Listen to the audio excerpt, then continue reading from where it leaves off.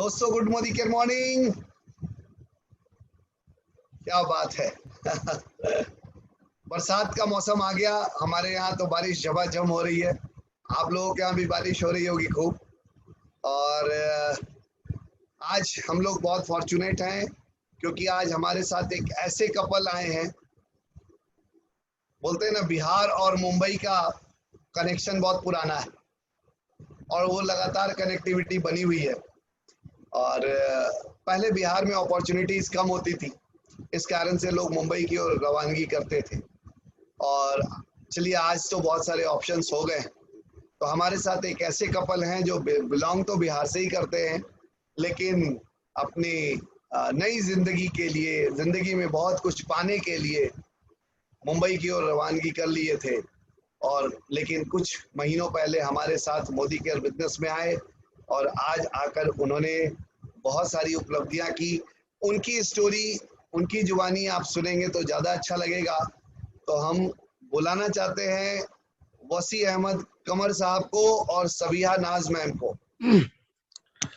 Good Modi care morning. Good Modi care morning. क्या बात है।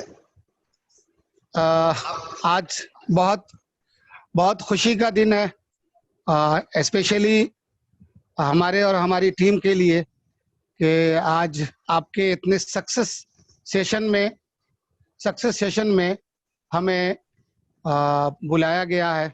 मैं अपनी बात आप लोगों से शेयर करूं, इससे पहले मैं चाहूँगा अपनी बेटर हाफ सबिहा नाज आप लोगों को अपने बारे में कुछ बताएंगी। उनका कैसा रहा मोदी केयर का सफ़र, उन्होंने मोदी केयर के बारे में क्या सोच रही हैं और आगे मोदी केयर के बारे में क्या करना चाहती हैं। तो हम अपनी बात रखें, इससे पहले अपने बेटर हाफ को ये माइक्रोफोन ट्रांसफर कर दें। थैंक यू अनूप सर और अमृता मैम कि आपने हमें इस काबिल समझा कि इस ग्रीन टी में, पावर ग्रीन टी पे बोलने का मौका दिया। बहुत बहुत शुक्रिया। मैं तहे दिल से आप दोनों का शुक्रिया अदा करना चाहूँगी और इस मोदी केयर फैमिली का जो और लीडर्स हैं हमारे, उन लोगों का भी शुक्रिया अदा करना चाहूँगी। और आपके लिए मैं 2 शेर कहना चाहूँगी सर कि खुदा हर बुरी नजर से बचाए आप दोनों को, खुदा हर बुरी नजर से बचाए आप दोनों को, चांद तारों से सजाए आप दोनों को। गम होता है क्या भूल जाएं आप दोनों, गम होता है क्या भूल जाएं आप दोनों, खुदा जिंदगी में इतनी खुशियां दे आप दोनों को। क्या बात है। Thank you thank you sir और मैम। मैं आज मुख्तसर में अपनी स्टोरी बयां करना चाहूंगी। मैं बहुत छोटी थी तो हमारे अब्बू का इंतकाल हो गया था और मैं 6 भाई 4 बहनें हैं और 4 भाई मुझसे बड़े हैं और उन लोगों ने इतने प्यार से हम लोगों को संभाला, हम लोगों की परवरिश की कि मैं शब्दों से बयां नहीं कर पाऊंगी। बहुत प्यार से अब्बू के न होने का एहसास तक नहीं होने दिया और हम लोगों को बहुत प्यार से संभाला और परवरिश की।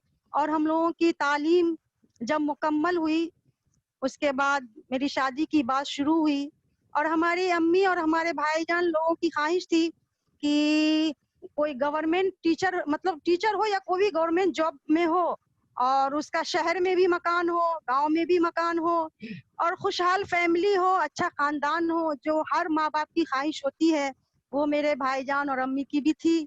और इस तरीके से बहुत सारे गवर्नमेंट जॉब वाले रिश्ते आए और इस तरीके से चलता गया, कहीं ना कहीं कोई कमी। और इसी बीच हमारे बहनोई इनका रिश्ता लेकर आए और मेरी अम्मी और मेरे भाईजान ने हाँ कर दिया। और इस तरीके से 2-3 दिन बाद जब मेरी अम्मी ने हाँ कहा तो 2-3 दिन बाद मेरे चचा अम्मी से पूछ रहे थे कि भाभी क्या आपको जैसी आपकी तलाश थी कि वैसा रिश्ता मिल गया क्या, कि आपने हाँ कह दिया। मेरी अम्मी ने कहा हाँ, गवर्नमेंट जॉब तो नहीं मिला लेकिन जैसी मेरी तलाश थी वैसा लड़का मुझे मिला है, हमारी बेटी को हमेशा खुश रखेगा, कभी भी कोई तकलीफ न देगा। और मैं इसी तरीके से मेरी शादी हुई। और शादी से पहले इन्होंने एमवे 3-4 महीना पहले एमवे ज्वाइन कर चुके थे और ये एमवे भी करते थे और अपने अब्बू का कारोबार भी संभालते थे। इस तरीके से हमारी बेटी आई और इनकी ख्वाहिश थी कि मैं भी इनका एमवे में सपोर्ट करूं, साथ दूं। तो मैं एक मजहबी माहौल में पली बड़ी थी और हम लोगों का ऐसा माहौल नहीं था कि हम लोग स्टेज पे जाएं या मीटिंग अटेंड करें इस तरह का। लेकिन मेरे खालू अब्बी और खाला अम्मी हमारी सासू माँ और हैं, वो बहुत हम लोगों से प्यार करती हैं, बहुत ज्यादा ही। उन्होंने कहा कि बेटा अगर तुमको जिंदगी में खुश रहना है तो एक अच्छी जिंदगी चाहिए, तो तुम्हारे शौहर जो कह रहे हैं तुम वो करो। अब रही बात तुम्हारे बच्चे की, तो मैं उसको संभालूंगी और तुम उसका सपोर्ट करो। और मैंने उसी वक्त फैसला किया कि मैं इनका साथ दूंगी और उसी दिन से हमने एमवे में इनके साथ साथ काम शुरू किया और बहुत ऊंचाई तक गए। कई 5 स्टार होटल में जाने का मौका मिला, खुद का सेमिनार होने लगा, मीटिंग होने लगी, बहुत अच्छा चल रहा था सब कुछ। एक बेटा भी हुआ। इस तरीके से अचानक एक दिन एमवे से ये क्विट कर गए, पता नहीं, ये डिटेल्स में ये बताएंगे। और अर्श से फर्श पे आ गई। आप सोच सकते हैं आप लोग कि जब आदमी अर्श से फर्श पे आता है तो क्या हालत होती होगी। लेकिन हमारे हस्बैंड बहुत ही मजबूत दिल के, बहुत पॉजिटिव माइंड है, हार मानने वाले नहीं हैं। और उस हालत में भी उनको रात में नींद नहीं आती थी और वो गांव में दरवाजा होता है, दरवाजे पे टहलते हुए वो अपनी डायरी में वो ख्वाब, वो सपने लिखा करते थे कि मेरा हर शहर में एक मकान होगा और मेरी ये गाड़ियां होंगी, हमारे पास ड्राइवर होगा, हमारे बच्चे अच्छे स्कूल में पढ़ेंगे। वो सब इन अपने डायरी में लिख रहे थे। आप सोच सकते हैं कि हम लोग जमीन पे आ गए हैं और हम लोगों का ख्वाब इतना बड़ा है। और उसी बीच हम लोग को एमवे में हमेशा शेर कहा जाता था। तो मैंने इनसे कहा कि शेर वो याद है, टूटे मन से कोई खरा नहीं होता और छोटे मन से कोई बड़ा नहीं होता। तो हम लोगों को हार नहीं मानना है और आगे बढ़ना है। और फिर ये मुंबई आए, फिर एक नए सिले से जिंदगी की शुरुआत हुई और इसमें मुंबई आके भी ये कामयाब हुए। सिविल वर्क में बहुत अच्छा चलने लगा। उसके बाद जब ये गांव गए तो अम्मी और अब्बू ने इनके कहा कि बेटा अब तुम उस लायक हो गए हो कि अपने बच्चों को ले जा सकते हो। यहाँ जो है तुम्हारी बेटी बहुत चंचल है और अच्छा स्कूल भी नहीं है यहाँ पे, और मैं चाहती हूँ कि तुम्हारे बच्चे अच्छे एजुकेशन पाए, अच्छे स्कूल में डालो। तो हम लोग के लिए यहाँ पे है एक लड़की काम करने वाली है, हम लोगों को कोई परेशानी नहीं होगी, तुम अपने बच्चों को ले जाओ और अच्छी एजुकेशन दिलाओ, उसी में मेरी खुशी है। और हमें क्या है, हम तो हर बेटा के यहाँ आया जाया करेंगे और हमारी जिंदगी इस तरीके से गुजर जाएगी। उसके बाद ये फैसला किए कि ठीक है मैं लेके जाऊंगा। उसके बाद ये शिक्षा मित्र का वैकेंसी निकला था और हमें कहीं ना कहीं जॉब करने की ख्वाहिश थी, क्योंकि हमारी फैमिली में मैक्सिमम लोग जॉब में थे। तो मैंने इनसे कहा कि शिक्षा मित्र की बहाली हो रही है और मैं चाहूँ तो उसमें अप्लाई कर सकती हूँ। इन्होंने कहा कि नहीं, जॉब नहीं करना है तुम्हें, मुझे जॉब पसंद नहीं है, हम यहाँ तुम वहाँ, ऐसे हमारी जिंदगी अच्छी नहीं होगी। हम लोग एक जगह रहेंगे, जो भी कमाएंगे खाएंगे साथ रहेंगे। और फिर हमें लेकर मुंबई आ गए और यहाँ आने के बाद हम मेरे दोनों बच्चों की अच्छी तालीम शुरू हो गई और हम लोग सेटल हो गए, सब कुछ बहुत अच्छा चलने लगा इस तरीके से। लेकिन ये जो सिविल वर्क है ना, वो बहुत टेंशन वाला है। पैसे तो हैं लेकिन अंदरूनी खुशी नहीं मिलती है। हमेशा ये पहले बहुत खुश मिजाज थे, बहुत मतलब क्या कहें उनको बहुत खुश रहने वाले थे, लेकिन धीरे धीरे ये चिड़चिड़े होने लगे और हरदम गुस्सा करने लगे। कामयाबी तो थी, सब कुछ था, लेकिन खुशी नहीं मिल रही थी। और धीरे धीरे ऐसा हुआ कि सेहत भी डाउन होने लगी, हमेशा बीमार रहा करने लगे और सुबह जाते शाम आते, और जब मुझे कुछ कहना होता तो आके पानी के लिए भी पूछती तो बोलते कुछ भी नहीं बोलते, 1.5-2 घंटे सोफा पर बैठे रहते, रिमोट हाथ में लेके न्यूज देखते रहते। न्यूज देख रहे हैं या नहीं देख रहे हैं कुछ पता नहीं, बस खामोश बैठे रहते थे। और फिर 1-1.5 घंटे बाद उठे, फ्रेश हुए, खाना खाए, फिर सो गए। इस तरीके से चलने लगा। बहुत मतलब ये चिड़चिड़े हो गए थे। बच्चों भी इनसे दूर होने लगे। बच्चे इनके पास आना पसंद नहीं करते थे, क्योंकि इनके पास टाइम नहीं था कि ये बच्चों को कहीं घुमाएं फिराएं, अच्छी बात करें। और मुझे कुछ कहना होता था तो मैं हफ्तों सोचती थी कि इनका मूड कब ठीक होगा तो मैं ये बताऊंगी। बहुत अच्छी लाइफ थी, लेकिन खुश नहीं थे हम लोग उस लाइफ से। इसी बीच मोदी केयर हमारे आया, जितेंद्र सर और अनीता मैम के जरिए ये अपॉर्चुनिटी आई और हम लोगों ने इस अपॉर्चुनिटी को एक्सेप्ट किया। इसका प्रोडक्ट यूज किया, बहुत अच्छा लगने लगा प्रोडक्ट। और मेरी भी तबीयत ठीक नहीं रहा करती थी, हमेशा माइग्रेन का प्रॉब्लम था और इख्तलाज भी था। तो एक दिन नवनीत सर आए और बोले सबिहा कहाँ है? तो ये बोले कि सबिहा की तबीयत ठीक कहाँ रहती है, वो तो तकिया लगा के सोई हुई है, खाना बना देती है और जाके सो जाती है। तो नवनीत सर ने कहा कि तुम्हारे घर में मोदी केयर का फूड सप्लीमेंट सब पड़ा हुआ है, वो सब खोलो और उसको खिलाना शुरू करो। वो देखो 10 से 15 दिन में ऐसा रिजल्ट आएगा कि वो एकदम फिट हो जाएगी। और ये उसी वक्त से प्रोडक्ट सब खोले। नोनी जूस, आंवला जूस, एलोवेरा जूस, जो भी होता है, कार्डियो एक्टिव, गार्लिक पल्प, वो सारे जो भी प्रोडक्ट थे हमारे पास वो सब खोल दिए और हमें खिलाना शुरू किए। और 1 हफ्ते में मुझे ऐसा महसूस होने लगा कि मैं बिल्कुल ठीक हो रही हूँ। अंदर से मैं अपने आप को फिट महसूस करने लगी और धीरे धीरे 15 से 20 दिन में मैं अच्छी हो गई। और जो मैं 1-2 घंटे के लिए मार्केट जाती थी और आने के बाद सो जाती थी पेन किलर लेकर के, वो मैं पूरे दिन सुबह मीटिंग के लिए निकलती या सेमिनार के लिए तो शाम में आती, रात में आती और आकर के खाना बना के खाती। कहाँ गया सर का दर्द और कहाँ गया वो इख्तलाज। मैं बिल्कुल अपने आप को फिट महसूस करने लगी। बहुत मतलब अंदर से बोल्ड महसूस कर रही थी। उसके बाद महसूस कर रही थी। इसी बीच उसके बाद हमारे जितेंद्र सर और अमृता मैम आई और हम लोगों को डेमो दिखाया, प्लान दिखाया और हम लोगों को बहुत अच्छा लगा। उस वक्त तक हम लोग सिर्फ यूज कर रहे थे, इसके बारे में सोचा नहीं था कि हम लोगों को क्या करना है। लेकिन जब वो प्लान देखा, डेमो देखा तो बहुत अच्छा लगा। ऐसा लगा कि ये तो जादू है। और उसी दिन जितेंद्र जी से इन्होंने डेमो किट ले लिया और हम लोग उसी रात से डेमो करना शुरू कर दिया, प्लान दिखाना शुरू किया। और दिखाते दिखाते कब हम लोग का ये बिजनेस ग्रोथ करने लगा और हमारी टीम कब बड़ी हो गई, उसके लिए मैं कहना चाहूंगी कि मैं अकेला ही चला था जानिबे मंजिल मगर, मैं अकेला ही चला था जानिबे मंजिल मगर, लोग आ मिलते गए और कारवां बनता गया। इस तरीके से कब कैसे हम लोग ऊंचाई पे आ रहे हैं कुछ पता नहीं। हमारी टीम इतनी खूबसूरत है, बहुत हमारा मोदी केयर ही बहुत खूबसूरत है। हमारे समीर मोदी जी का जो प्लान है, जो प्लेटफॉर्म है, वो बहुत खूबसूरत है। और हमारी टीम भी बहुत एक्टिव है, बहुत मेहनत कर रही है और हम लोग बहुत इस टीम में आगे बढ़ रहे हैं।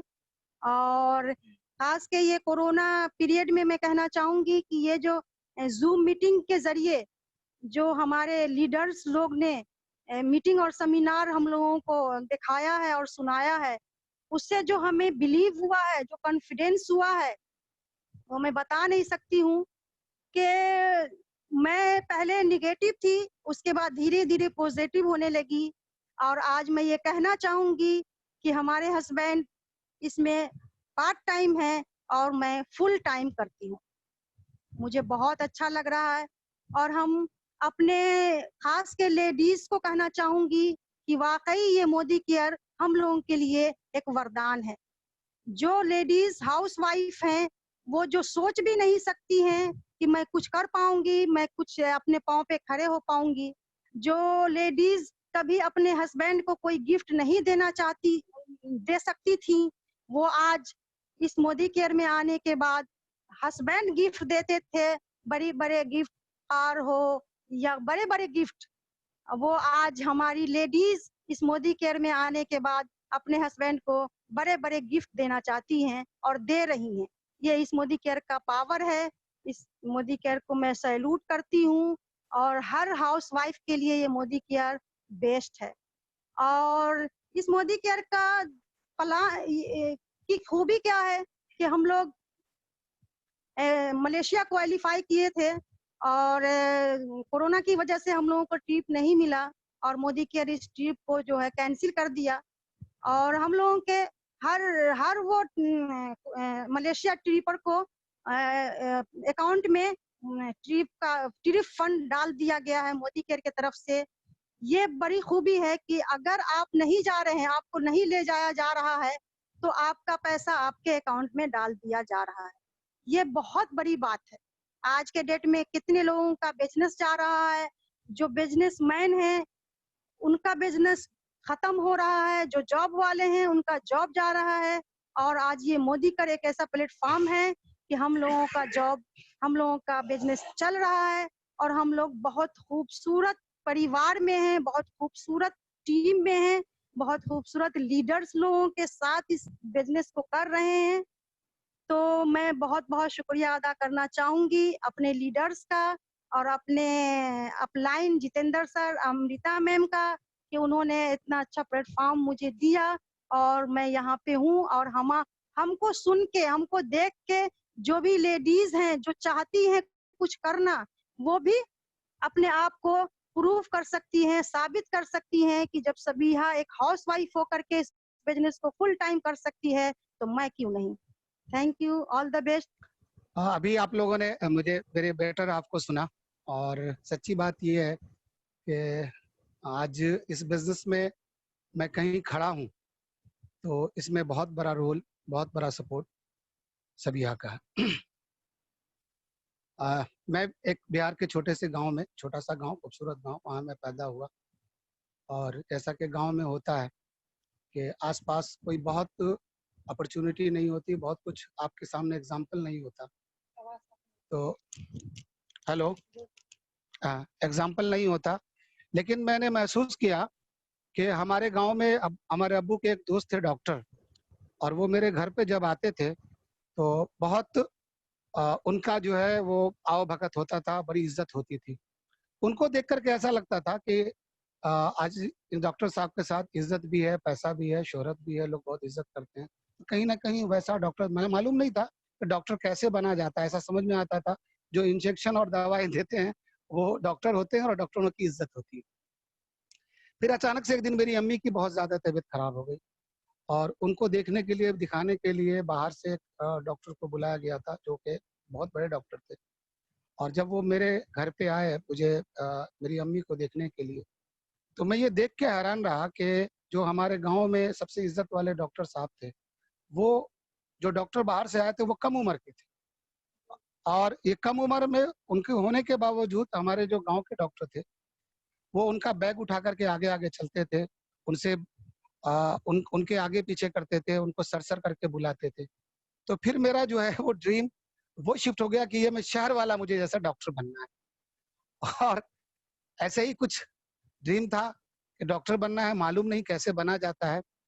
मेरी स्कूलिंग एजुकेशन रेगुलर नहीं रही, लेकिन 10th में जो हमारा सारा ग्रुप था उसमें सबसे कमजोर मैं स्टूडेंट माना जाता था। एक बात थी मेरे अंदर में कि हमेशा अपने आप को प्रूफ करने के लिए तैयार रहता था, तो बहुत मेहनत किया।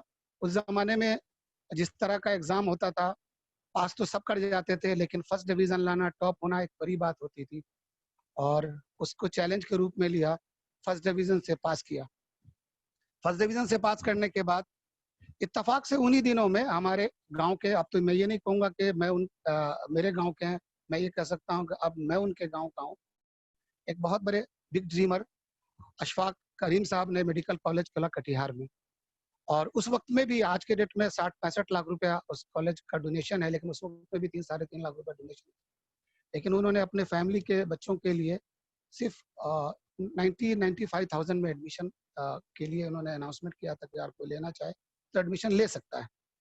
तो फिर से एक सपना जो है वो उजागर होने लगा कि भाई चलो डॉक्टर बनना चाहते थे, बहुत अच्छा रास्ता है। हमारे जो सीनियर जो साथी थे वो वहाँ एडमिशन ले चुके थे और ये कहते थे कि वसी तुम भी चलो, हम लोग साथ में पढ़ेंगे, साथ में रहेंगे। तो फिर बाद से आईएससी में एडमिशन लिया, उसमें बहुत ज़्यादा मेहनत किया और उस मेहनत करने के बाद उसमें भी फर्स्ट डिवीज़न लाए। फर्स्ट डिवीज़न के बाद ज़ाहिर है कि आईएससी के बाद ही वहाँ एमबीबीएस में एडमिशन होना था। इस बीच में 2 बड़ी घटनाएँ हुई। एक तो ये हुआ कि मेरे अब्बू जो बहुत अच्छा कारोबार चला रहे थे, उनकी तबीयत खराब होने लगी और वो कारोबार पे कम और घर पे ज़्यादा रहते थे। तो वो जो पैसा मिनिमम 60-65 हज़ार रुपए 90-95,000 भी देना हम लोगों के लिए एक बहुत मुश्किल था। लेकिन अब्बू मेरे कहते थे, "बेटा तुम घबराओ नहीं, नहीं होगा तो तुमको ज़मीन बेच करके हम पढ़ाएँगे।" हमने कहा चलिए कोई बात नहीं है। कुछ लेकिन कॉलेज के बारे में मालूम हुआ कि कॉलेज कुछ सरकारी पचड़े में फँसा हुआ है।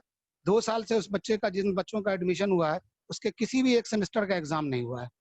तो मैंने देखा कि अरे 2 साल से ये बच्चे फँसे हैं, हमारी भी एडमिशन हो जाएगी, तो फिर हम फिर कितने दिनों तक उस कॉलेज में पढ़ाई करेंगे? ये 5 साल का कोर्स हो सकता है, 7 साल चले, 8 साल चले, 10 साल चले।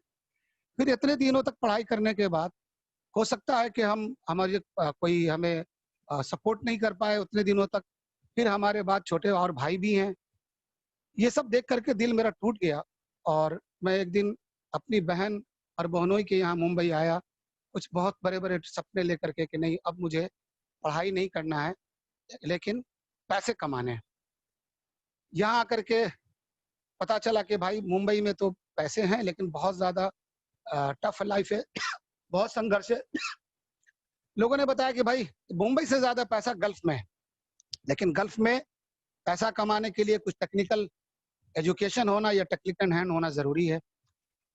तो हमारे एक दोस्त की मदद से एक इंस्टीट्यूट है फ़ाज़ इग्नल, वहाँ पे इलेक्ट्रिकल में डिप्लोमा कोर्स में मैंने एडमिशन ले लिया। वहाँ 2 महीने हफ्ते में 2-3 दिन क्लास होते थे, बाकी दिन प्रैक्टिकल होता था। तो मैं प्रैक्टिकल करने नहीं जाता था, अपने जीजा जी के साइट पर काम करने जाता था, सीखने जाता था। ऐसे चलता रहा। अ, 93 का साल गुज़रा, 94 का साल गुज़रा। फिर मैंने गाँव में बीएससी का एडमिशन ले लिया था प्राइवेट से और एग्ज़ाम देने के लिए जब वहाँ गया और मुझे पासपोर्ट भी बनवाने थे बाहर जाने के लिए, तो पता चला कि पहले से ज़्यादा मेरे घर की हालत ख़राब है। अब्बू अब जो पहले थोड़ा बहुत भी जाते थे, अब ज़्यादातर अपने काम पे नहीं जा पाते हैं और इतना बड़ा कारोबार जो अ, उससे सारा घर खुश था, हम लोग अच्छे खुशहाल ज़िंदगी जी रहे थे, वो अचानक से तकलीफ़ों में आ गई थी। मेरे अब्बू हमेशा जब मैं पहुँचा तो मेरे अब्बू आए हुए थे, उन्होंने कहा कि देखो वसी मैं अकेले कुछ कर नहीं पा रहा हूँ, मेरी तबीयत भी ठीक नहीं रहती है, तो तुम चलो बॉम्बे वहाँ नेपाल। तो हमने कहा कि अब्बू मैं नहीं जा पाऊँगा, मेरा तो अभी लास्ट एग्ज़ाम देना भी बाकी है, मुझे बाहर जाने का मैं प्लान कर चुका हूँ। उन्होंने बोला बेटा देखो मुझसे हो नहीं पा रहा है, घर पे इतने सारे खर्चे हैं। तो मैं किसी न किसी वजह से बहाने करके कभी वो घर में बोलते तो दरवाज़े पे चला जाता, दरवाज़े पे बोलते तो मैं घर में आ जाता। एक दिन अम्मी मेरे कमरे में आई और उन्होंने कहा बेटा तुम्हारे अब्बू इतने परेशान हैं और तुम बहाने पे बहाने बना रहे हो। हमने कहा अम्मी आप तो जानती हैं। बोले हाँ बेटा मैं सब जानता हूँ, जानती हूँ। लेकिन ऐसे बुरे वक़्त में तुम अब्बू का साथ नहीं छोड़ सकते और तुम अगर चले जाओगे और नौज़ुबिल्लाह तुम्हारे अब्बू को कुछ हो जाएगा, तो तुम रोने नहीं आना। ये बात उनके दिल पे लग गई मेरे और मैं उसी वक़्त उसी कपड़े में उठा और मैं बीरगंज नेपाल चला गया। जब मैं वहाँ पहुँचा तो मैंने देखा कि जितना मेरा एसेट नहीं था, उससे ज़्यादा अब्बू के ऊपर में कर्ज़ था। कुछ समझ में नहीं आ रहा था कहाँ से शुरू करूँ, कैसे शुरू करूँ? लेकिन जैसा होता है ना कि आपकी तकलीफ़ें ही आपको सिखा जाती हैं और आपको तकलीफ़ ही आपको परेशानी ही आपको मज़बूत बना जाता है। फिर वहाँ से चलता रहा, होता रहा, धीरे-धीरे, धीरे-धीरे हम अपने कर्ज़ को कम करते गए, ऊपर आते गए, ऊपर आते गए। लेकिन एक बात मैं महसूस करता था कि साल भर में मेहनत कर के जो मैं कर्ज़ अदा करता था, चाहे वो बैंक का हो, चाहे किसी पार्टी का हो, कोई न कोई ऐसा हादसा हो जाता था, गाड़ी-घोड़ा का ट्रांसपोर्ट का काम, गाड़ियाँ ट्रक थी हमारी, कहीं न कोई एक एक्सीडेंट हो जाए, कुछ न कुछ हो जाए और फिर साल भर के बाद मैं वहीं पे आ जाऊँ। एक अंदर से परेशानी थी, बेचैनी थी। उसी बीच में मुझे एक काम से दिल्ली जाना पड़ा। दिल्ली हमारे बड़े भाईजान ने गेस्ट हाउस खोला था वहाँ पे, उनसे मिलना भी था और एक मुझे अपने गाड़ी से रिलेटेड एक काम भी था। जब मैं वहाँ गया तो मुझे भाईजान के ही गेस्ट हाउस में एक मेरे बहुत खास दोस्त के एक भांजा से मुलाकात हुई और एक हमारे दोस्त, उनके एक दोस्त थे जो हमारे इलाके के थे, संजय कुमार सिंह जी, वो वहाँ मिले। हमने कहा सर आप कहाँ? बोले कि आप कहाँ आए हो? मैंने कहा मैं ऐसे-ऐसे काम से। बोले मैं आया हूँ गाँव से, एक फिक्की ऑडिटोरियम में एक जो है वो सेमिनार है, एक अमेरिकन कंपनी है एमवे, उसका एक सेमिनार है, वही देखने के लिए आया हूँ। मैंने कहा बहुत अच्छी बात है। तो बोले कि वैसे तुम भी अगर चलना चाहो तो चलो। मैंने कहा मैं देखता हूँ। फिर उसके बाद वो लोग मुझे किसी तरह से राज़ी कर लिए, उस सेमिनार में मुझे फिक्की ऑडिटोरियम में लेके देखा, बहुत भीड़ खचाखच लोग, अच्छे-अच्छे लोग, बड़े-बड़े लोग, हर तरह के लोग, बहुत सारी बातें कर रहे थे, शोर हो रहा था, डांस हो रहा था, सब कुछ हो रहा था, लेकिन अपने पल्ले कुछ पर नहीं रहा था। बहुत सारी बातें हुई लेकिन उसमें एक लेडी आई, उन्होंने अपना नाम बताया डॉक्टर निशु ठकरान और कहा कि मैं सफदरजंग हॉस्पिटल में सर्जन हूँ और मैं मोदी कर इसलिए कर रही हूँ, सॉरी एमवे अभी ज़ुबान पे मोदी कर निकल, एमवे इसलिए कर रही हूँ कि आज मैं सर्जन हूँ, अगर मेरी उँगली कट जाए तो कल हम उस ऑपरेशन नहीं कर पाएँगे और मेरी 20 साल 25 साल की पढ़ाई हमारी ज़ीरो हो जाएगी। लेकिन एमवे में अगर मैं कुछ दिनों तक काम करूँगी और मुझे जब पासिव इनकम आने लगेगी, टीम बन जाएगा और मुझे पैसे आने लगेंगे, तो फिर अगर हम काम नहीं भी करेंगे या हम थोड़ा कम काम करेंगे या किसी वजह से हम कुछ दिनों तक काम पे नहीं भी जाएँगे, तो भी मुझे पैसे आएँगे। मैं सोच में पड़ गया कि मैं तो डॉक्टर बनना चाहता था। ये तो इतनी अच्छी डॉक्टर है, इतने अच्छे हॉस्पिटल में, तो जब इसकी ज़रूरत है, तो ये मेरी भी ज़रूरत है। और बगैर समझे-बूझे मैं वो ₹4200 का किट मँगाया गया, मैंने साइन किया, बहुत सारे प्रोडक्ट लिए, बहुत सारे टूल्स लिए, उस ज़माने में कैसेट किताबें होती थी और उसको लेकर के वापस लौटा। ज़ाहिर है बहुत ज़्यादा एक्साइटमेंट था और जैसा होता है कि एक्साइटमेंट एक्साइटमेंट जो है वो हेलो, मेरी आवाज़ आ रही है? हेलो? जी आ रही है सर, जी हाँ, आ रही है सर। थोड़ा नेटवर्क इश्यू है यहाँ पे, अभी बारिश हो हाँ, रही है, नहीं आपकी तो आवाज़ आ रही है सर, क्लियर आ रही है। Okay sir, okay sir. तो अ, मैं बहुत ज़्यादा एक्साइटमेंट होता है, मैं ही एक्साइटमेंट में लोगों को डेमो दिखलाता था, प्लान बताता था, डेमो दिखलाता था, प्लान दिखलाता था। लोग बोलते थे, "अरे वसी, उम्र भी नहीं थी ज़्यादा, बड़े-बड़े लोगों को जाकर के बताने लगता था, सर इस डेमो किट से मैजिक होता है, ये जॉइनिंग बक्स से जो है क्या मैजिक होता है, लोगों के जो है सपने पूरे होते हैं, कार आते हैं, गाड़ियाँ आती हैं, ये होता है, वो होता है।" लोग बोलते थे, "अरे! कहाँ से तुम क्या समझ के आ गए, क्या होने लगा?" है कि नहीं? ऐसा कुछ नहीं होता है, तुम इस सब चीज़ों में मत पड़ो, अच्छा खासा तुम्हारा कारोबार है, अपना काम करो। लेकिन एक जो सब देख के आया था और जो अंदर में एक चीज़ थी कि जब डॉक्टरों की ज़रूरत है, बड़े-बड़े डॉक्टर थे, बड़े-बड़े वहाँ पे एक साइंटिस्ट थे, जो उन्होंने पूरे प्रोग्राम को ऑर्गेनाइज़ किया था, उनसे जब सुना था, ये धीरे थोड़ी-थोड़ी बातें रिलेट होने लगी थी, रियलाइज़ होने लगी थी। तो जब भी कुछ परेशानी आती थी अपने अपलाइन को फ़ोन करते, उस ज़माने में एसटीडी कॉल बहुत महँगा था। सुबह साढ़े 5 बजे, साढ़े 6 बजे आता था मैं कॉल करने के लिए लाइन में लग के कॉल करता था। वो बोलते थे जाओ, ये किताब को सुनो, इस कैसेट को सुनो और उस किताबों को पढ़ता था, कैसेट को सुनता था। इससे सुनने समझने से अपने अंदर में धीरे-धीरे फिर उसके बाद पता चला कि यहाँ पे पटना में मीटिंग हो रही है, कभी आस-पास में भी मीटिंग होती थी, उस मीटिंग में चला जाया करता था, देखता था मीटिंग में, सेमिनार में। ऐसे जाते-जाते, सुनते-सुनते, कहते-करते धीरे-धीरे अंदर में बिलीफ और कॉन्फिडेंस आने लगा। और जब कहते हैं ना कि जब आपके अंदर में कॉन्फिडेंस आता है, जब आपके अंदर में बिलीफ आता है, तो वो चीज़ सही हो या गलत, सामने वाला उसको एक्सेप्ट कर लेता है। और हम एक अच्छे काम पे थे, लोगों को धीरे-धीरे समझ में आने लगा, जो लोग नहीं समझ रहे थे वो फिर से आए और एक टीम बनने लगी और हम लोग यहाँ से एक अच्छा काम शुरू किए। धीरे-धीरे हम लोग पैसे आने लगे और हम लोग बड़े-बड़े सेमिनार में, मीटिंग में जाने लगे। हत्ता के जो ऑल ओवर इंडिया बड़े-बड़े 5 स्टार होटल में प्रोग्राम होते थे, वहाँ भी हम लोग जाते थे। और इसी बीच एमवे ने एक एग्रीकल्चर प्रोडक्ट लॉन्च किया, एब्साटी, जो हमारा मोदी केयर में एक्टिव 80 के नाम से है। तो उसकी वजह से हम लोगों की जो काम करने की जो दायरे थी, काम करने का जो एक एरिया था, वो शहर से निकल कर के गाँव की तरफ हम लोग उसको लेके जाने लगे और इससे बहुत बड़ा बिज़नेस में उछाल आया। लेकिन बिज़नेस में तो उछाल आया, बहुत सारे पिन आए, बहुत सारे पैसे आए, पैसे आने लगे। लेकिन एक एक एग्रीकल्चर प्रोडक्ट का इश्यू ये है, प्रॉब्लम ये है कि एक पार्टिकुलर टाइम में उसकी ज़रूरत है, फिर उसके बाद उसकी ज़रूरत खत्म हो जाती है। तो जब बहुत ज़रूरत थी, तो बहुत अच्छा बिज़नेस होने लगा, जब ज़रूरत उसकी खत्म हो गई, तो फिर बिज़नेस नीचे आने लगा। इसी बीच में जब कहते हैं ना कि जब एक हाथी चलता है, तो कुत्ते भी भौंकने लगते हैं। तो ये मोदी उस वक़्त में इसकी सक्सेस को देख कर के, डायरेक्ट सेलिंग को सक्सेस को देख कर के बहुत सारी छोटी-छोटी स्कीम की कंपनियाँ आने लगी। बहुत सारे लोग जो नेगेटिव माइंडेड थे, जो फटाफट पैसा चाहते थे, वो लोग इधर-उधर जाने लगे, होने लगे। हमारे अ, अपलाइन में भी एक जो है थोड़ी-सी गड़बड़ी, कुछ न कुछ नेगेटिविटी आने लगी और जो एक सक्सेस था, उसको रोक पाना, उसको बरकरार रख पाना बहुत मुश्किल हो रहा था। स्पेशली बहुत नीचे से जो हमारे बिज़नेस में लोग थे, वो लोग कामयाब नहीं हो रहे थे।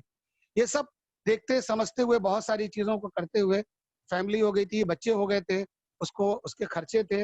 अब उस वक़्त में अब्बू से माँगना, घर से माँगना बहुत मुश्किल हो रहा था, अच्छा नहीं लग रहा था। तो मैंने फैसला किया कि अभी कुछ दिनों के लिए इसे छोड़ देते हैं और कुछ और काम खड़ा करते हैं, कुछ और काम बनाते हैं, फिर उसके बाद कभी इसको करेंगे। हम दिल्ली चले गए, दिल्ली में बहुत चीज़ों को देखा, समझा, कुछ समझ में नहीं आया, फिर बॉम्बे आए, फिर यहाँ से गोवा गए, गोवा से बैंगलोर गए, गोवा से बैंगलोर से मुंबई आए। मुंबई आए तो बहुत सारे जो हमारे पुराने दोस्त थे जो 93, 94 के, वो सब लोग यहाँ पे करोड़पति, अरबपति बन चुके थे। उनसे मिलने में बड़ी शर्म आती थी, लेकिन हमारे जो 2 छोटे भाई यहाँ पे ऑलरेडी पहले से सिविल के काम में थे, उन्होंने कहा कि घबराने की ज़रूरत नहीं है, परेशान होने की ज़रूरत नहीं है, आप काम शुरू कीजिए। उन दोनों की मदद से हमने और दोस्तों की मदद से मैंने यहाँ पे सिविल का काम शुरू किया। बहुत सारे चैलेंजेज़ आ रहे थे, बहुत सारे चैलेंजेज़ आ रहे थे। साल 2 साल जो है वो कुछ समझ में नहीं आ रहा था कि क्या कर रहा हूँ, क्या हो रहा है? काम करता था, पैसे नहीं मिलते थे, कभी कोई कंपनी भाग जाती थी, कभी कुछ हो जाता था, कभी आदमी साथ छोड़ के चले जा रहे थे। लेकिन कहते हैं ना कि जब वो आप लगातार कोई काम करते हैं, तो ऊपर वाला भी मजबूर होकर के आपको साथ देना शुरू करता है। इस बीच मेरी फैमिली मेरे साथ मुंबई आ गई और और जो है वो नए सिरे से हम लोग जो काम कर रहे थे उसमें सफलता मिलने लगी। धीरे-धीरे सफलता मिलने लगी और उस सफल में सबसे पहले मुंबई में कहते हैं जिसको सर छुपाने का एक घर होता है, उसको जो है सबसे बड़ी चीज़ मुंबई में मिल जाती है। तो ज़ाहिर है उस वक़्त में ऐसी हालत तो नहीं थी, लेकिन चूँकि हमारे फैमिली में जो हमारी यहाँ बहन थी, हमारे भाई लोग थे, सब लोग अपना-अपना फ्लैट ले चुके थे। उन लोगों के प्रोत्साहन से, उन लोगों की हिम्मत दिलाने से मैंने पहला फ्लैट बुक कराया, उस फ्लैट को लिया, फिर उसके बाद दूसरा लिया, तीसरा लिया, चौथा लिया। बॉम्बे में एक सपना होता है कि अपना घर हो, गाड़ी हो, अपनी ऑफ़िस हो। ऊपर वाले ने सब कुछ दे दिया। जैसा कि अभी मेरी बेटर हाफ़ सबिया बता रही थी कि सफल तो थे, सफलता तो मिल रही थी, लेकिन उसकी बड़ी कीमत भी अदा कर रहे थे। कहीं न कहीं मैं अपनी ही वाइफ़ को अपना दुश्मन बनाया हुआ था। अपने बच्चे हमसे डर रहे थे। हमारी फैमिली के लोग मेरे सामने में तो बात नहीं करते थे, लेकिन मुझे लगता था कि पीठ पीछे मेरी बुराई करते हैं। और वो जो कह रहे थे, वो सही कह रहे थे। मेरे अंदर में बहुत तब्दीली आ गई थी। मैं हर छोटी-छोटी बात में बहुत गुस्सा होता था। बाहर का फ्रस्ट्रेशन आके घर पे निकालता था। अच्छी किताबें पढ़ने का शौक था, कभी-कभी कोई अच्छे लोग मिल जाते थे, उससे सुनते तो लगता था कि ऐसे कैसे चलेगा? मैं हमेशा कहता था, "सबिया अपने बिज़नेस का तो शेयर नहीं करता था, लेकिन अपनी हालत को ज़रूर बताता था कि कुछ न कुछ मेरे साथ गड़बड़ हो रहा है। मैं समझ नहीं पा रहा हूँ कि मैं राइट वे में जा रहा हूँ या रॉन्ग वे में जा रहा हूँ।" ये कहते थे, "नहीं, आप घबराइए नहीं, आप जो है वो देखते रहिए, सोचते रहिए, कुछ न कुछ ऊपर वाला ज़रूर अच्छा करेगा।" और मैं सोचने लगा था कि अब नहीं होता है, तो इस काम को छोड़ करके जो दूसरों के लिए बिल्डिंग बनाता हूँ, अब अपने लिए बिल्डिंग बनाना शुरू करूँगा। और उसपे मैंने बहुत सारे काम किए, उसपे जो है वो क्या कहते हैं उसका सर्वे शुरू कर दिया, पार्टनर को ढूँढने लगे, इन्वेस्टर को ढूँढने लगा। इसी बीच एक दिन अचानक से जितेंद्र कुमार गुप्ता जो मेरे यहाँ इस बिज़नेस में लाए, मैं उनका तहे दिल से शुक्रिया अदा करना चाहूँगा। उन्होंने मुझे फ़ोन किया, "सर मैंने मोदी केयर जॉइन कर लिया है और आप तो जानते ही हैं मोदी केयर को।" हमने कहा, "हाँ, मोदी केयर को तो नहीं जानता हूँ, लेकिन मोदी ग्रुप को जानता हूँ। मोदी केयर के बारे में भी थोड़ा बहुत सुना था हम लोगों ने पहले।" चूँकि हमारे गाड़ियों में मोदी कॉन्टिनेंटल के टायर लगते थे। बसों के लिए जो है वो मोदी गार्ड ग्लास आता था। तो इस तरह से मोदी ग्रुप को तो जानता था। लेकिन मोदी केयर के बारे में सुन रखा था कि एक डायरेक्ट सेलिंग कंपनी है। लेकिन अब तक है, क्या कर रही, नहीं कर रही, नहीं पता था। बहुत सारे 1-2 बार ट्रेन में मुझे 1-2 बंदे मिले थे। मेरे साइड पे एक सुपरवाइज़र था जो मुझे मोदी केयर के बारे में बताना चाहता था, लेकिन मैं सुनने को तैयार ही नहीं था।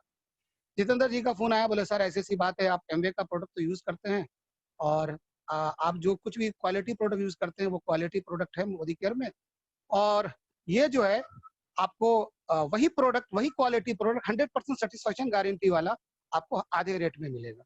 हमने कहा बहुत अच्छी बात है, चलिए इसके लिए क्या करना पड़ेगा?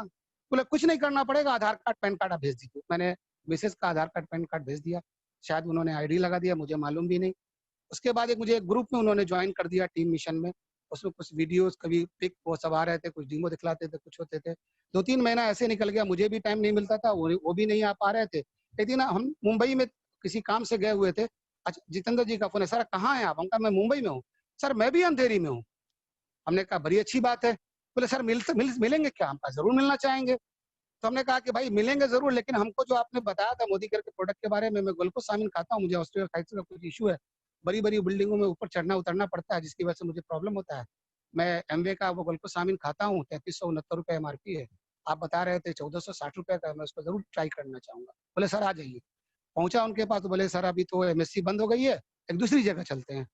अंधेरी स्टेशन के बाजू में एक बंगलो में एक डीपी था। हमने कहा, "भाई यही मोदी केयर ऑफिस है क्या?" बोले, "नहीं सर, ये मोदी केयर ऑफिस नहीं है, ये तो डीपी है।" मैंने कहा, "अच्छा?" बोले, "डीपी क्या होता है?" बोले, "प्राइवेट तौर पे जो है यहाँ पे प्रोडक्ट मिलता है और उसी प्राइस में मिलता है जो आप एमएससी से लेते हैं।" हमने कहा, "बहुत बढ़िया।" एक लेडी थी, बहुत उनका अपना बहुत बड़ा बंगलो था, उस बंगलो में वो डीपी चलाती थी और वहाँ पे एक उन्होंने सैलून भी चला रखा था। वहाँ पे मुझे तो मालूम नहीं था खुद ही करे में प्रोडक्ट का क्या नाम है।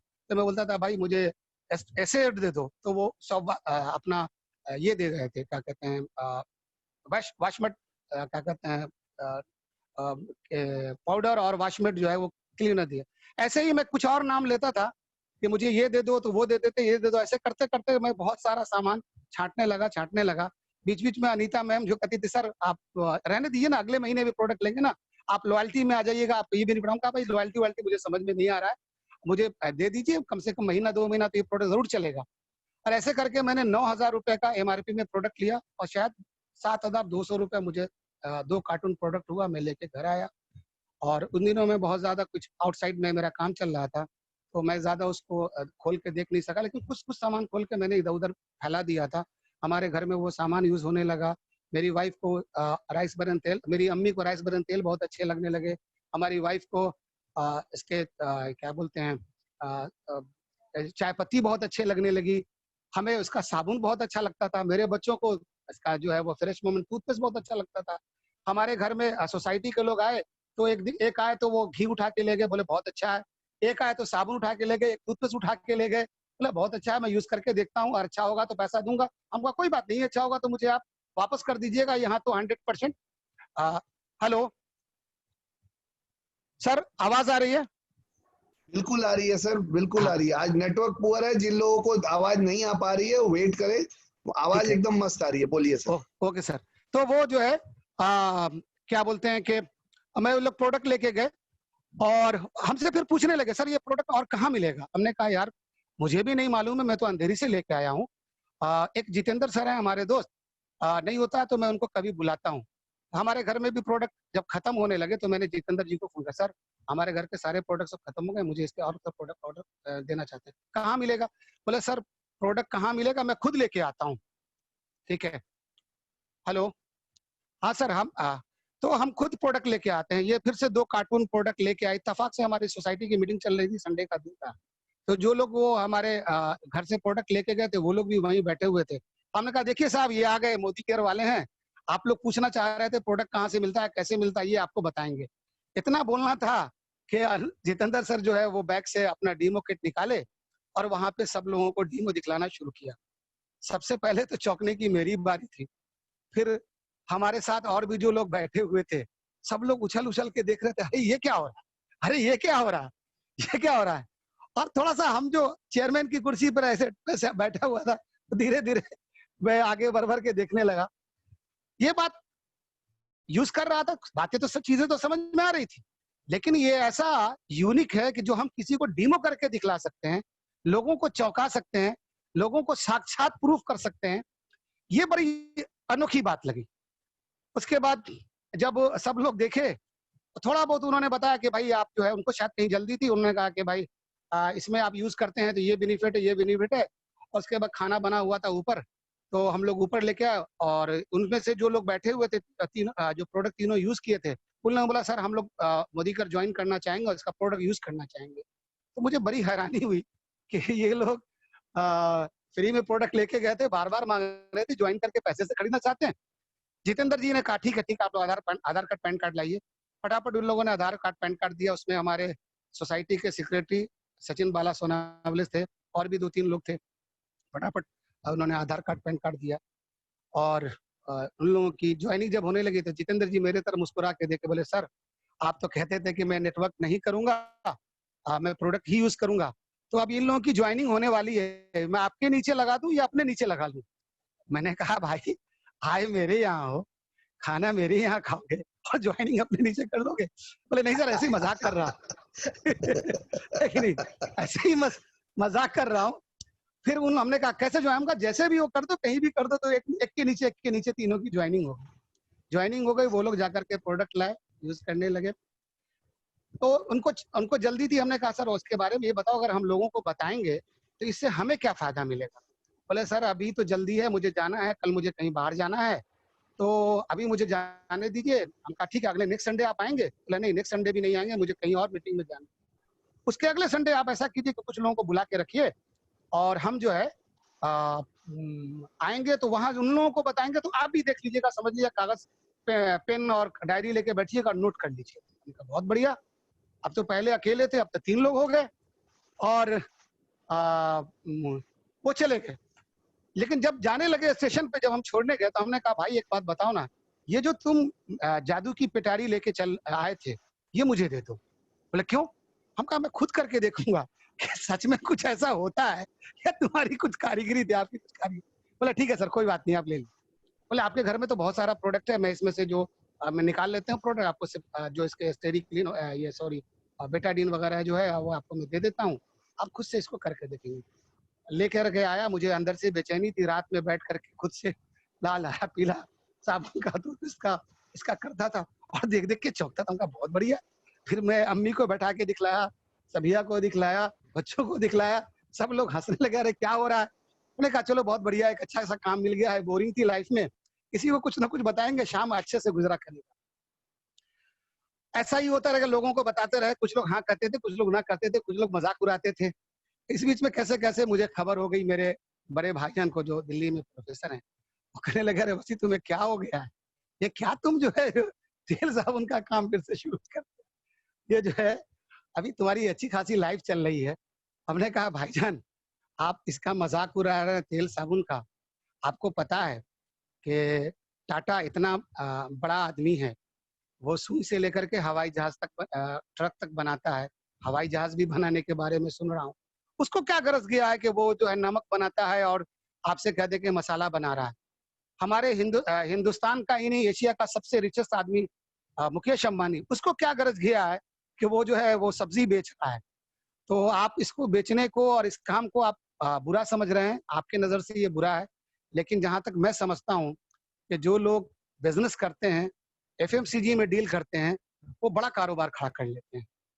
तो बोलने लगे अच्छा ठीक है तुम करो, ठीक है हमारी वेल विशर है तुम्हारे साथ, लेकिन मुझे तो समझ में नहीं आ रहा है, लेकिन अपना ख्याल रखोगे, ऐसा नहीं करोगे कि सब कुछ छोड़ सा का इत्मीनान रखिए।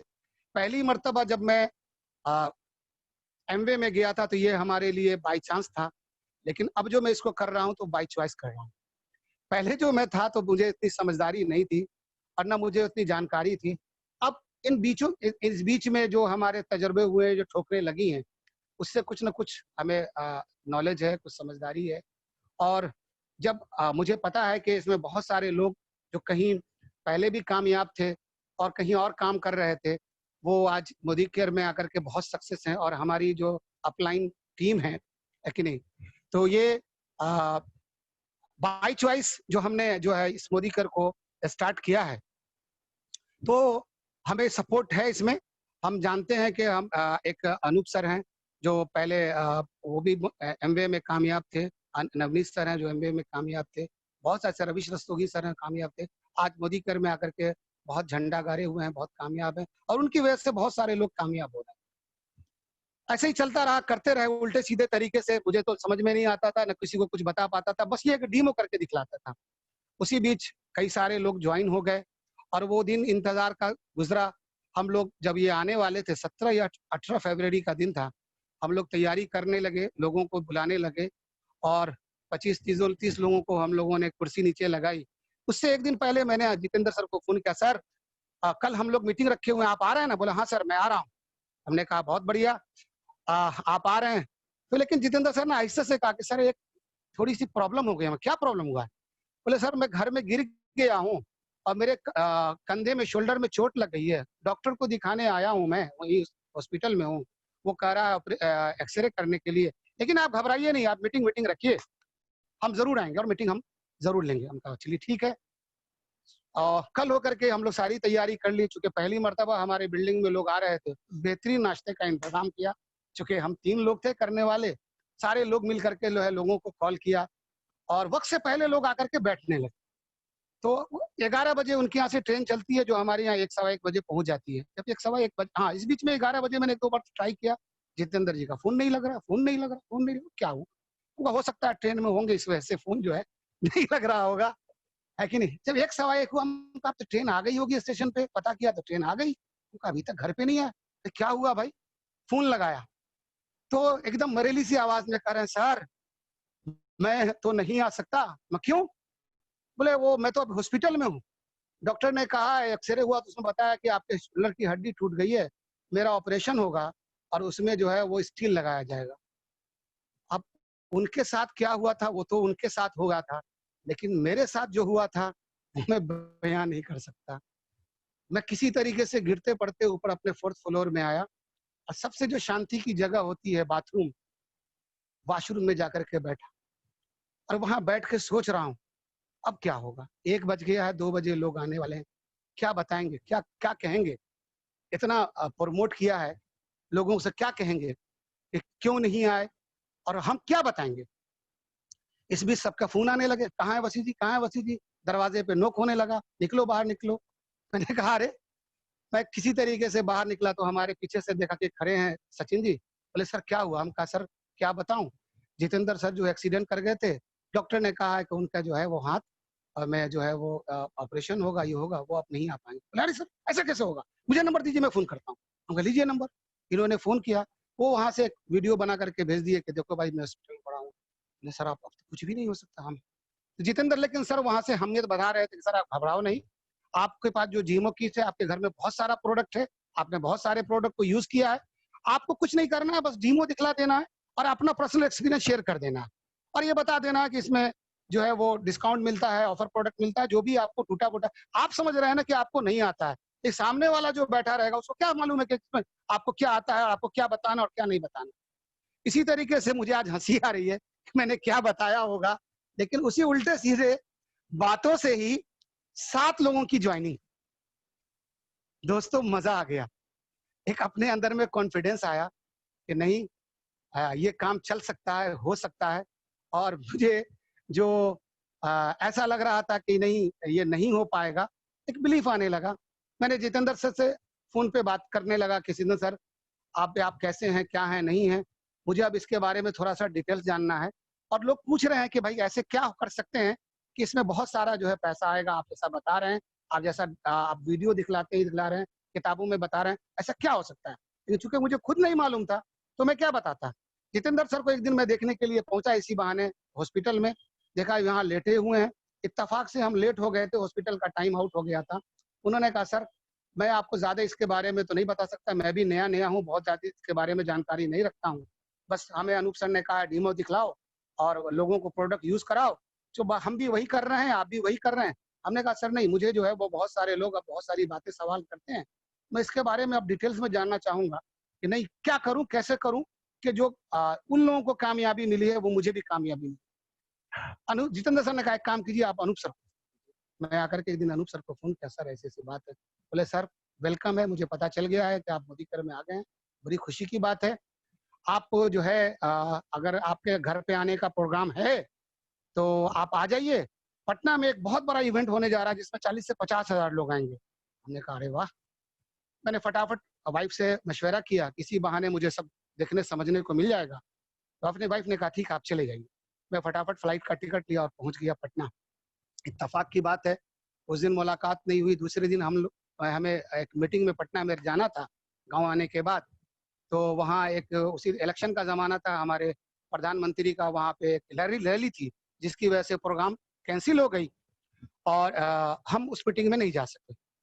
उसके बाद फिर 2 दिन के बाद अनूप सर का फ़ोन आया, सर हम मुज़फ्फ़रपुर आ रहे हैं, आपके घर से नज़दीक है, मैं यहाँ से मुज़फ्फ़रपुर आते हैं, आप भी मुज़फ्फ़रपुर आइए और मुज़फ्फ़रपुर किसी होटल में हम लोग 2-3 घंटा बैठ के बात करेंगे। हमने कहा बहुत बढ़िया।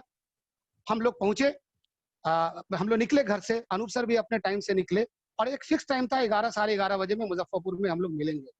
लेकिन जैसे ही घर से निकले, मुज़फ्फ़रपुर के आस-पास अनूप सर फँस गए अपनी गाड़ी में और मुज़फ्फ़रपुर के पीछे मैं भी फँस गया अपनी गाड़ी।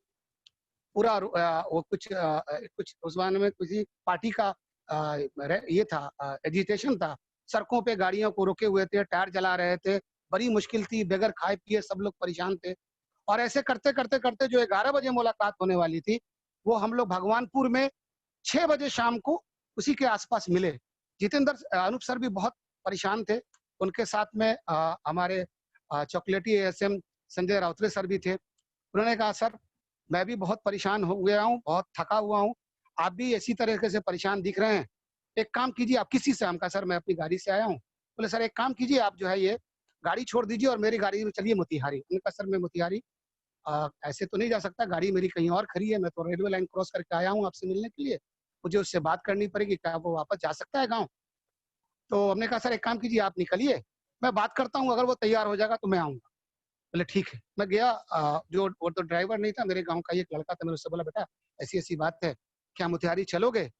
तो मुझे मालूम था कि हमारे यहाँ से मोतिहारी लगभग 80-50 मुज़फ्फरपुर से 80-85 किलोमीटर की दूरी है।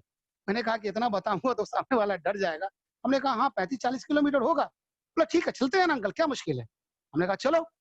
हम लोग फिर वहाँ से चले। अनूप सर शायद वहाँ पे 6-7 बजे पहुँच गए होंगे, उनकी गाड़ी भी अच्छी थी। हम लगभग 9 साढ़े 9 में पहुँचे एक होटल में। वहाँ अनूप सर ने जिस होटल में कमरा लिया हुआ था, उसके बाजू में मैंने एक कमरा लिया।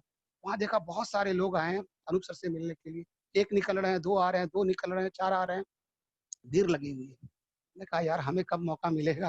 अनूप सर ने कहा आप घबराइए नहीं, आप इसी में हम लोग मिलेंगे, बात करेंगे। उन लोगों में से जो है वो 1-2 लोगों से मिलवाए। एक मैडम थी मोतिहारी की, तो 1.5 साल 2 साल पहले मोदी केयर शुरू किया था और 65,000 की इनकम की थी। मुझे बड़ी हैरानी हुई कि भाई एक लेडी हाउसवाइफ वो 65,000 रुपए के कमा रही है, कहीं अनूप सर फेंक तो नहीं रहे हैं? कि एक लेडी इतना कैसे पैसा कमा सकती है? लेकिन चूँकि मोदी केयर का पावर तो मालूम नहीं था। हमने कहा चलो ठीक है। 11 बजे मुझे मौका मिला। अनूप सर ने मुझे अपने कमरे में बुलाया और हम लोग बैठ के बात करने लगे। बहुत सारी बातें भूली-बिसरी बातें हुई और उन्हीं बातों में मैंने पूछा कि सर मैं ये जानने आया हूँ कि मोदी केयर क्या है, कैसे है, क्या करना है? बोले सर मोदी केयर में कुछ नहीं करना है, आप क्या कर रहे हैं? हम कहा सर वही मैं टूथपेस्ट का, साबुन का, डीमोथिक सर बस यही करना है। हम कहा अच्छा और क्या करना है? तो बस वो उस ज़माने में 6 इंटू 6 का प्लान था। बोले 6 लेग ओपन करना है, अपने नीचे 6 लोगों को जॉइनिंग करा देनी है टीम में और फिर उनमें से 1-2 ऐसे लोग आपको ड्रीमर मिल जाएँगे आपके जैसे, उनके साथ काम करके उनको सक्सेस बना देना है। मोदी केयर का फंडा है कि कर भला तो हो भला और आप इसी तरीके से आप जो है वो इस पे काम करो और आप सक्सेस पा जाओगे। मैंने कहा बहुत बढ़िया और बस इतना ही उन्होंने बताया। हम लोग फिर वो निकल के चले गए आगे और दरभंगा मैं लौट के वापस आया। दूसरे दिन मेरी वापसी की फ्लाइट थी। मैं यहाँ नहीं सॉरी उन्होंने कहा सर एक काम करो आप जो है वो ये जाने वाले हैं आप जो कब जाने वाले हैं? हम कहा 2-3 दिन के बाद मुझे जाने का प्रोग्राम है। बोला एक काम करो जब आ ही गए हैं, एक जो इवेंट हो रहा है पटना में उसमें आप आओ और कुछ लोगों को लेके आओ। मैंने कहा बहुत आता हूँ। कब है? तो ऐसे-ऐसे है। उनसे मैंने 20 टिकट खरीदे और 20 टिकट लेकर के सब लोगों को कॉन्टैक्ट करना शुरू किया कि भाई ऐसे-ऐसे है, चलना है, चलना है, चलना है। इत्तेफ़ाक से उसी दिन हमारे फैमिली में एक शादी थी और वो जो जिस लड़के की शादी से उस हमारे रिलेटिव थे उनके अब्बू आके कहने लगे आपको बारात में चलना है। हमने कहा सर भाई मैं नहीं जा पाऊँगा, मेरी थोड़ी तबीयत खराब है, मैं बहाना कर लूँगा। तो उन्होंने कहा कि भाई चलो ठीक है, एक काम करो तुम जब नहीं जा पाओगे तो अपनी गाड़ी और ड्राइवर दो। हम कहा ठीक है लेके अब मसला ये हो गया कि गाड़ी नहीं है, जाना है, कल सुबह कैसे पहुँचेंगे? तो मैंने एक रिलेटिव से एक्टिवा लिया और एक्टिवा लेकर के मैं पटना निकल गया 50 किलोमीटर। और रास्ते में फिर वहाँ एक्सीडेंट कुछ हुआ था, जाम हो गए थे, जो पहुँचना था 6 बजे, लोगों से मिलना था, पहुँचे 10 बजे रात में और मेरे रास्ते में ही तबीयत खराब हो गई। कल सुबह होकर के कैसे भी उस इवेंट में पहुँचा, देखा बहुत भीड़, बहुत सारे लोग, कहाँ-कहाँ के लोग और वो गाड़ियां आ रही थी स्टेज पे, लोग बोल रहे थे, और वो जोश, वो वलवला कि देख करके एकदम मेरा क्या हो रहा है, ये क्या है। एक बात का तो बिलीफ हो गया था कि मोदी केयर चल नहीं रहा है बल्कि उड़ रहा है, दौड़ रहा है। और दोस्तों, अगर जब सक्सेस की जब गाड़ी चल रही हो, ट्रेन जब चल रहा हो, तो बस उसमें अपने आप को प्लग कर देना होता है और आपको कामयाब। मैंने कहा चलो ठीक है। वहाँ हमारे कुछ लोग आए, हमारे फैमिली से लोग आए, हम उस मीटिंग को अटेंड किए। मुझे दूसरे दिन की मेरी वापसी थी, मैं लौट के आया। उसके बाद कुछ जितेंद्र जी भी यहाँ पे ठीक हो गए थे। हम मीटिंग में जाने लगे, ट्रेनिंग में जाने लगे, सेमिनार अटेंड करने लगे, कुछ-कुछ चीज़ें समझ में आने लगी। पहला जो है वो चेक ₹251 का आया था। उसके बाद जो है वो ₹1260 का आया, फिर उसके बाद वो जो है ₹3000 का आया। फिर डायरेक्टर हो गए। जितेंद्र सर ने बताया सर आप डायरेक्टर हो गए। मैंने बहुत अच्छी बात है। डायरेक्टर क्या होता है? तो उन्होंने कहा ठीक है बाद में हम उसको समझ लेंगे। इसी तरह से काम करता रहा। लेकिन होता क्या है? जब भी आप कुछ बड़ा काम करने को खड़े होते हैं, तो ऊपर वाला आपका एग्ज़ाम लेना, उस बड़े-बड़े एग्ज़ाम भी लेना शुरू करता है, बार-बार टेस्ट देता है। शायद हमारी ज़िंदगी में भी कुछ ऐसे ही होने वाला है। सबसे पहला प्रॉब्लम हमारा फिज़िकल प्रॉब्लम, मेरी आवाज़ बैठने लगी थी।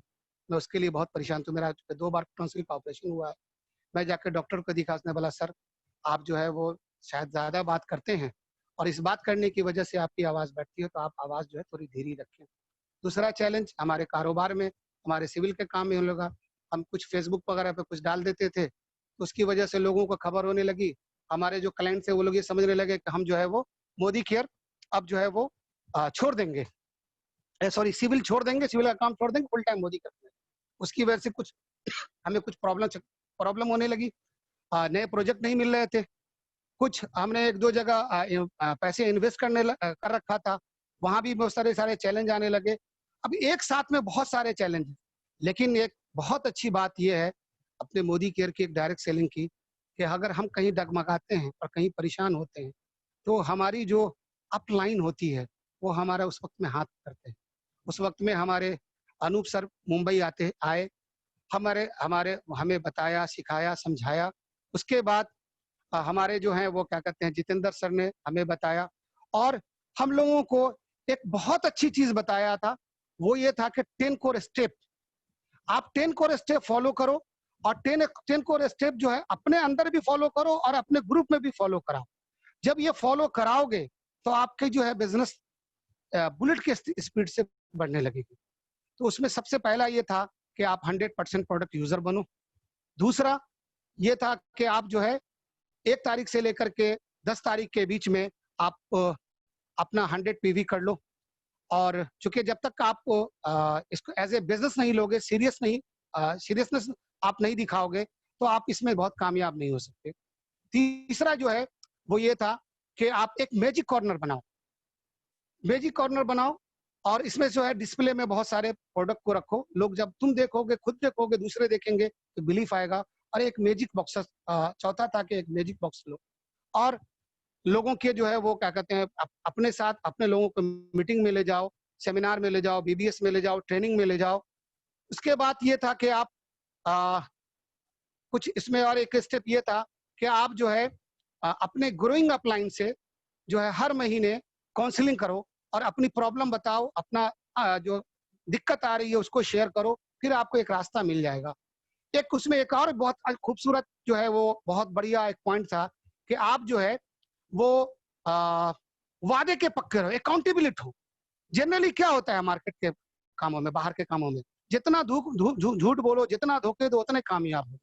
लेकिन यहाँ ये था कि कहा जा रहा था कि आप वादे के पक्का रहो, जो बोलो वो करो, जो करो वही बोलो। ये एक बहुत बड़ा अच्छा पॉइंट था। और ये एक आखिरी पॉइंट था कि आप जो है जैसे आप बनोगे वैसे ही आपकी टीम बनेगी। इसलिए सबसे पहले अपने आप को एग्जाम्पल क्रिएट करो, एग्जाम्पल की तरफ पेश करो, तो फिर जो है आपका जो है पूरी टीम चलने लगेगी। और इस तरीके से काम हम लोग करते रह गए। ग्रुप में जो है वो बहुत सारे लोग आते गए, अपलाइन का सपोर्ट मिलता गया। अनूप सर का जो है वो गाइडलाइन था, जितेंद्र सर का साथ था। हमारी ये बहुत खूबसूरत जो है बहुत अच्छी एक टीम थी। हमारे ग्रुप में एक मैं आज जो कुछ मैं आज बोलने के लायक हुआ हूँ और जो मैं बोल पा रहा हूँ, कि इसकी सबसे बड़ी वजह हमारी अपलाइन है, हमारे लव लाइन है और हमारी एक डेडिकेटेड टीम है। हमारे टीम में बहुत ऐसे अच्छे लीडर हैं, स्पेशली हम नाम लेना चाहेंगे सुमैया मुजम्मिल साखरकर का, जो इस बिजनेस को डेवलप करने के लिए, बड़ा करने के लिए, चूंकि हमारे घर से लगभग 8 किलोमीटर दूर जो है वो डीपी था और अपने ग्रुप में प्रोडक्ट अवेलेबल कराने के लिए उन्होंने लॉकडाउन से पहले ही ये कोरोना ये आने से पहले उन्होंने एक डीपी ओपन किया। उसकी वजह से हम लोगों को बिजनेस को संभालने में बहुत मदद मिली। और वो बहुत अच्छा वर्क कर रही हैं और उसके साथ एक साजदा मेरा शेख हैं, हाउसवाइफ हैं, लेकिन बहुत अच्छी लीडर। उनकी सबसे अच्छी बात ये है कि बहुत जल्दी सीखती हैं और बहुत सुनने को सीखती हैं और बहुत जल्दी उसको इम्प्लीमेंट करती हैं। हमारे एक बहुत अच्छे लीडर अब्राहम दास और शिप्रा दास हैं रांची से, इलेक्ट्रॉनिक इंजीनियर। इस कोरोना की वजह से उनको फाइनेंशियल बहुत सारे चैलेंजेस हैं, उसके बावजूद भी बहुत अच्छा काम कर रहे हैं, बहुत अच्छा वर्क कर रहे हैं। सॉरी। इसी के साथ एक परवेज साहब हैं ढाका में, जो एक स्कूल चलाते हैं, वो बहुत अच्छा काम कर रहे हैं। रूबी नसरुल्लाह शेख हैं, वो अच्छा काम कर रही है। नदीम सर हैं, एक टीचर, गवर्नमेंट टीचर हैं, वो बहुत अच्छा काम कर रहे हैं। मोतिहारी में एक विनोद सर हैं, जो गवर्नमेंट टीचर हैं, इस साल रिटायर कर जाएंगे। उनके लड़के हैं कौशल किशोर जी, वो बहुत अच्छा काम कर रहे हैं। नसीर जी हैं रक्सौल से, वो बहुत अच्छे लीडर हैं, बहुत अच्छा काम कर रहे हैं। ये बहुत अच्छे जो टीम, धीरे धीरे बहुत सारे लोग बहुत जल्दी परेशान हो जाते हैं कि भाई हमारे साथ अच्छे लोग नहीं है। भाई सबसे पहले हमें अच्छा खुद बनना पड़ेगा। जब हम खुद अच्छे बनेंगे, हम जब एग्जाम्पल सेट करेंगे, कभी ऐसा नहीं होता है, अगर हम बीज डालते हैं खेत में तो ऐसा नहीं होता है कि 100 बीज डाल के आ गए तो 100 बीज जो है वो 100 बीज से पेड़ उग जाएगा और सभी में फल आ जाएगा। हमें जो है उनमें से चुनना पड़ता है और जब हम लगन लगाए रखते हैं, हम जब लगे रहते हैं, तो ऊपर वाला भी मजबूर होकर तथास्तु कहता है। तो आज मुझे बहुत खुशी है, मैं बहुत अपने आप को भाग्यशाली मानता हूं कि हमारे ग्रेट अपलाइन, हमारे मेंटर अनूप सर ने मुझे ये मौका दिया है बोलने के लिए। मैं अभी कहते हैं कि तिफले मकतब हूँ, बहुत ज़्यादा आप लोगों को मैं खुद सीख रहा हूँ।